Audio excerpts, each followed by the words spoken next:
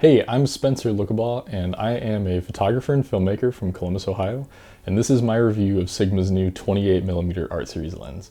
Now, this is something that I was really excited about ever since it got announced a few months ago. I use 28mm lenses pretty frequently. I think it's a great mixture between wide and not too wide. You usually don't get a whole lot of distortion with 28mm lenses because they're not on the extreme wide end of things. They're usually pretty lightweight and manageable to carry around. And thanks to Midwest Photo, I was able to get this new lens for a week on a Canon 60 Mark II. And I really enjoyed my time with it, and I am very excited to share my findings with everyone. So without taking too much more time, let's go ahead and jump into the review.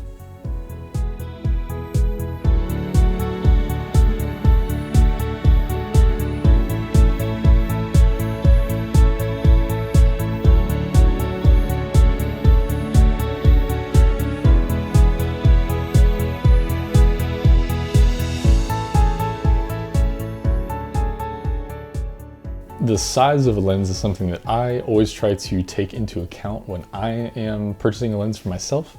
So I always take a good look at that while I'm reviewing the lenses as well.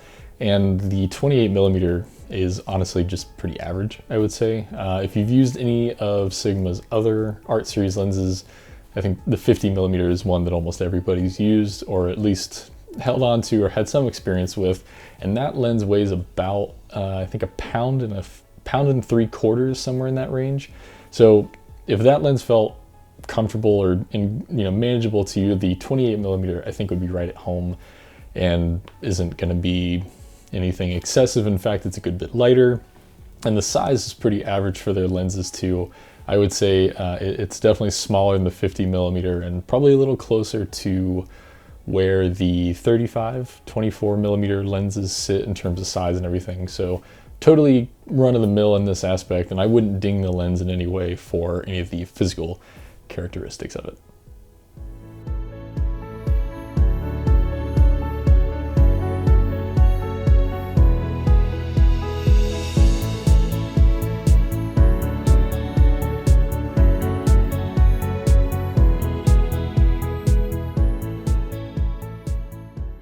The important aspect of any lens is its optical quality, and this is what everyone wants to know about. All the other Art Series lenses that have come out have set a very high standard for optical quality, and this one definitely doesn't fall short of that in any way. And I would say it might be one of the better ones that I've actually used. It just really impressed me and continued to surprise me as I looked at the images. The first thing that I want to take a look at is this very boring shot, and you can see probably immediately why I'm showing this to you. It's because of these straight lines that are in the image, and you can see while there's not a lot, there is distortion present, and that's not surprising. I mean, it is a wide angle lens. It's fairly well controlled, but I thought this was going to be a bigger deal than it actually was. So I went out to find the closest thing to straight lines that you'd really ever find in actual shooting conditions. And of course, that led me to some buildings. Architecture is really the only place that you find near perfect straight lines that's not a floor or just some kind of weird test like this. So in this image, you can see on this building, you have the normal sort of keystone perspective distortion where the building looks like it's falling backwards or sort of converging on itself towards the top. And that's normal with any wide angle lens. As you point it up, you will get that distortion. There's a whole lot behind this, and that's the reason that most people like to use tilt shift lenses for architectural photography. But one thing that I noticed was that you don't get any weird stretching from this lens. So while there is distortion towards the corners, it actually doesn't seem to be very present in most real world use. So I was really impressed by that. Kind of nice to know that if you wanted to use this for things like maybe interiors or architectural photography in a pinch, it's not going to kill you, and actually delivers pretty decently well. And of course, that distortion could also affect sharpness, and I kind of made sure to take a look at that. And so I have a couple other images that I want to show that sort of document what the corners look like. Now, this first image is another just shot of the ground, some snow and some stone. And when I zoom into the corners here, you can see that it is pretty sharp. You can see where there's some stretching. The snow looks like it's stretching towards the corner a little bit, but you can see just how much detail is there and how sharp this lens is. There's also very, very little chromatic aberration here. So I mean, the color is very consistent. The sharpness is very consistent across the frame, which surprised me. And I have another image here, which is just sort of this weird little stone wall that I stumbled upon. And I want to take a look specifically at the little footprint that's down in the bottom left corner. And when you zoom into that, you can see that, again, it looks a little bit stretched, but still is very, very sharp. And when you look at the image as a whole, you really don't notice that stretching very much at all. So in real world use, while the distortion is there, I found that it's very, very difficult for it to noticeably affect an image or cause any weird things that made me not like the shot or not like the lens or anything like that. So I really did like that. The sharpness, of course, is awesome, corner to corner. It's just a really sharp lens and performed very well. The two things I did notice is that there is just a tiny tinge of some chromatic aberrations, barely noticeable. And like many other fast wide angle lenses, there of course was some vignetting wide open at 1.4. The vignetting is pretty stock standard, but it seemed a little heavy in this case, which I didn't like. If you're doing a lot of astrophotography, that is really gonna be the big thing. You might notice that, and that just will take a little bit of extra time to correct with post-production. So I'd keep an eye out for that and definitely test that out for yourself and see if that vignetting is gonna be a problem for you. And then of course the out of focus areas are another thing that people like to look at. And this I found to perform pretty well. I've got these two images here, and this one, this first one, it looks like a little hard to actually see what's in focus. I'll go ahead and zoom into the in focus area. And you can see actually just how sharp this lens is wide open at 1.4, and also get an idea of the out of focus characteristics in the background behind it and see that everything is smooth, pretty plain. There aren't any weird smearing effects or color shifts like you get with some vintage lenses. It's just very clean. So that's something that a lot of people will appreciate. It's very sharp at a lot of different apertures. I mean, at the maximum aperture of 1.4, I found that it was actually very, very sharp. Of course, as you stop down, it just gets better and better and better. And then this next image, I just totally unfocused the lens and took this shot wide open at 1.4. And you can see what the out of focus areas look like. Again, totally plain. Nothing really to write home about. Again, if you want that character, something older, maybe like a vintage lens might be the way to go, because this lens is very clean. If you are going to be printing very large, or I don't know, just appreciate the aesthetic of very sharp, clean images, this lens will be the lens for you. If you're looking for those crazy out of focus areas, maybe not so much. That's going to be completely personal preference, but all in all, I think I really appreciated this lens. Other than the vignetting, everything about it was just awesome. Really took me by surprise just how sharp it is corner to corner.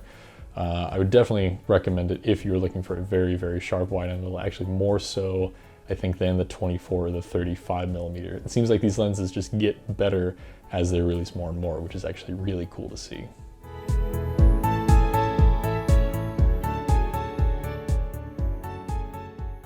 Now for the elephant in the room, and that is why 28 millimeters. Like the 40 millimeter that came out recently as well, a lot of people I think are questioning why would they make a 28 millimeter lens when they already have a 24 and a 35 millimeter.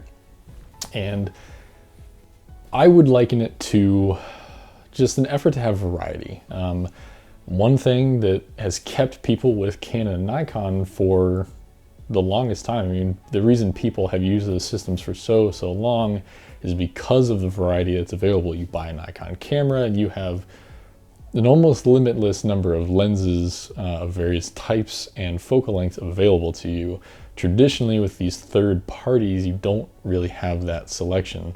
And up until very recently with Sigma's Art Series, it wasn't very varied either, but now they have everything from I think 14, 20, 24, 28, 35, 50, 85, you know, it just keeps going up and higher, and they have everything at this point.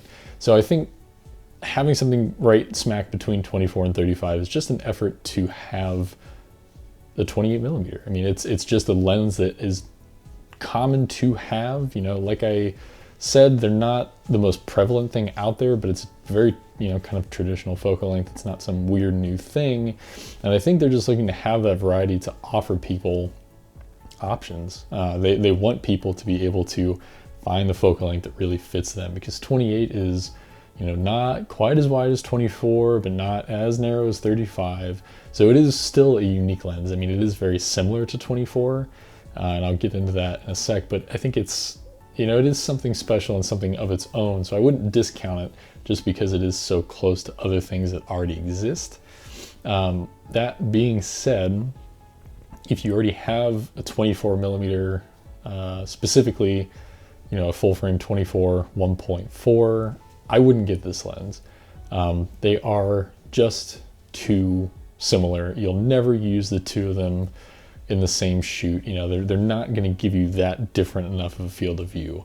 And I would argue that the 28 and 35 millimeter lenses are very different, but again, you really, I should say, at least I would never find myself using both a 28 and a 35 millimeter lens in the same shoot. They're just so close in focal length.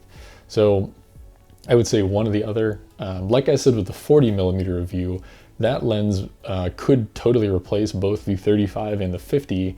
I kind of think that the 28 could replace both the 24 and the 35. So you could have maybe the 28 and the 40 millimeter, or the 28 and the 50 millimeter, or maybe you want to do a 24 millimeter and the 40 millimeter. I mean, you have the option to have combinations, and this way you don't own every single focal length because it's just unnecessary. You can really pick what you think is perfect, and while it might seem like nitpicking to have so many lenses so close together, it's, again, just really cool to see Sigma giving people options that weren't previously available.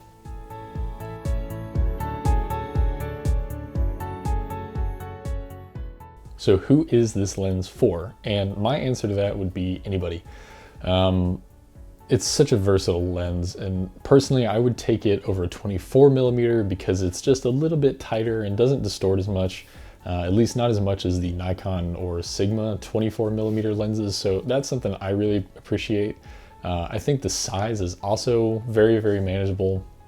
Again, not as small as some of the mirrorless counterparts that are out there. And if you have a mirrorless system, you're probably considering something else anyways. But as far as SLR wide angle lenses go, this is totally manageable. So I would, you know, for anybody that's gonna use it for very long periods of time and carry it around, like travel photographers or wedding photographers, I think they'd really appreciate that too.